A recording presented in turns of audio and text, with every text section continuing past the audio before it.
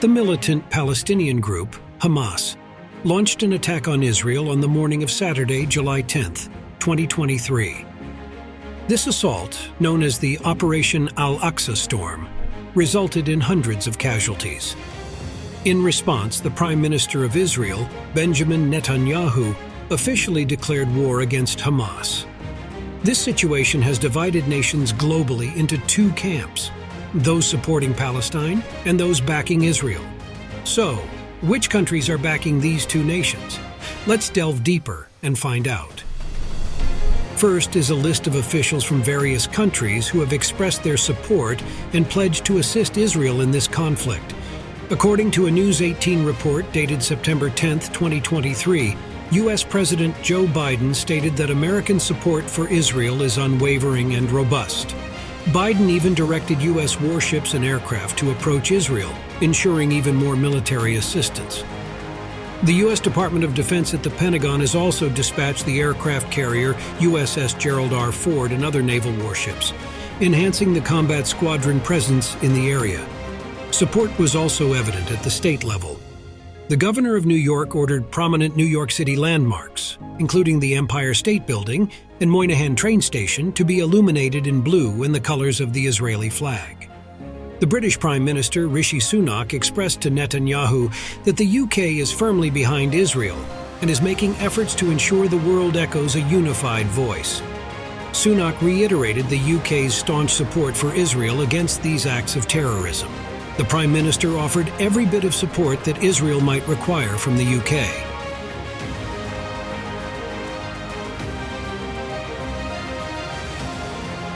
French President Emmanuel Macron condemned the attacks on Israel and reaffirmed his country's support for the nation. He also engaged in talks with Israeli President Isaac Herzog and Prime Minister Benjamin Netanyahu. France denounced the assaults originating from Gaza aimed at Israel, its armed forces, and its citizens.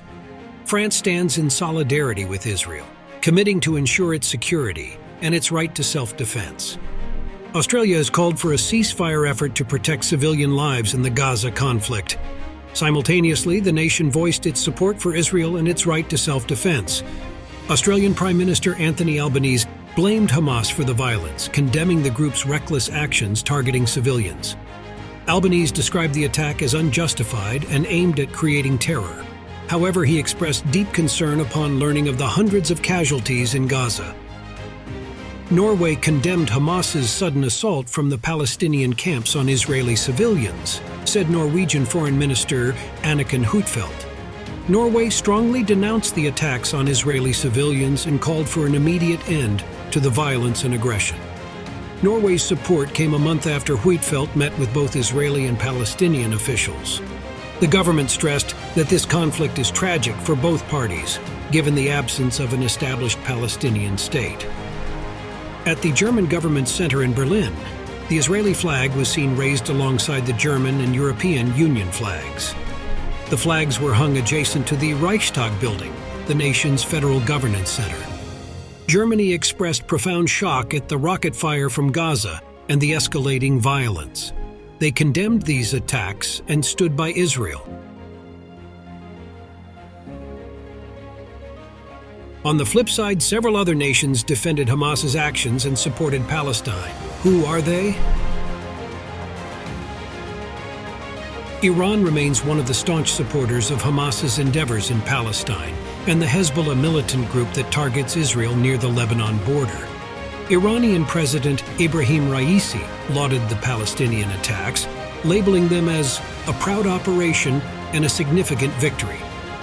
The leaders of the African National Congress drew parallels between the events in Palestine and apartheid in South Africa, where individuals of a certain race were compelled to leave their country.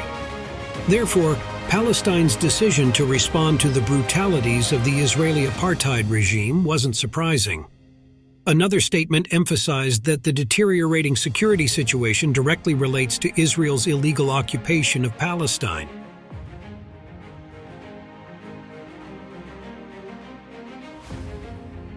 In Yemen, the Houthi rebel group that controls the capital city of Sana'a has expressed their support. They described Hamas's attacks as a heroic jihad campaign. This militant group, closely allied with Iran, also commented that these attacks exposed Israel's weaknesses, fragility, and vulnerability. During significant protests in Sana'a, Yemeni residents were seen tearing down American and Israeli flags. While Saudi Arabia supports Palestine, they're calling for an immediate cessation of the conflict between the two nations. The kingdom urges Palestine and Israel to embark on a credible peace process. This peace process aims at a two-state solution, ensuring security and tranquility in the region while safeguarding civilian lives.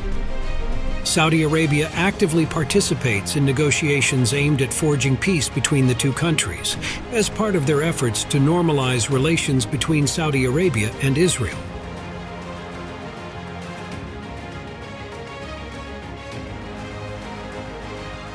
Qatar has been home to Hamas's political body since 2012. The government firmly asserts that Israel is responsible for the escalating violence against the Palestinian people. According to Qatar, Israel alone bears the responsibility for the current tensions, primarily due to its continued violations of the rights of Palestinians. The ongoing Israeli police raids at the Al-Aqsa Mosque are believed to be one such violation.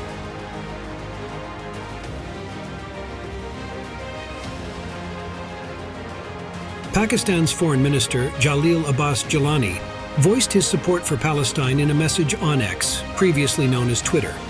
Pakistan is deeply concerned about the intensifying Middle East conflict and the loss of innocent lives. He mentioned that Pakistan stands in solidarity with the Palestinian people and calls for an immediate end to the violence and oppression carried out by the Israeli occupying forces. Pakistani citizens showed their backing for Palestine by burning and parading with American and Israeli flags. Meanwhile, they proudly waved Palestinian flags.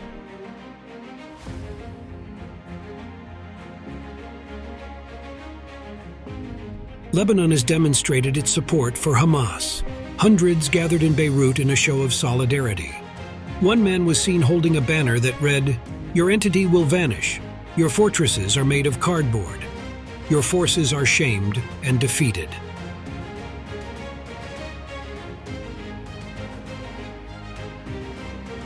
Iraqi citizens also showcased their support for Palestine by burning Israeli and American flags in Baghdad, the country's capital. The Iraqi government has voiced its backing for Gaza and the Palestinian people. The attacks carried out by Hamas are viewed as a justifiable response to the oppression by the Zionist Israeli occupying government.